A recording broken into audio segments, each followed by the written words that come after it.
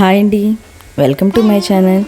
ఈరోజు వీడియోలో నవరాత్రుల్లో రెండో రోజు అమ్మవారి అలంకరణ ఏంటిది, తిథి, ఆ రోజు నక్షత్రము, అమ్మవారికి ఏ నైవేద్యం పెట్టాలి, ఏ రంగు చీర కట్టాలి, ఏ దానం చేస్తే మంచిది, ఏ అలంకరణ అనేది చేయాలి ఆ రోజున అనే అన్ని విషయాలు నేను ఈ వీడియోలో అయితే తెలియజేస్తానండి. ఇంకా అమ్మవారికి సమర్పించవలసిన పుష్పాలు ఏమిటి అనే విషయం కూడా నేను తెలియజేస్తానండి. ఇప్పుడు దేవీ నవరాత్రులు రెండో రోజు వచ్చి అక్టోబర్ 4 శుక్రవారం రోజు వచ్చిందండి. ఆ రోజు తిథి వచ్చి విద్యా తిథి, చిత్తా నక్షత్రం అండి. ఈ రోజున అమ్మవారిని గాయత్రీదేవి అలంకరణలో పూజనైతే చేస్తారండి.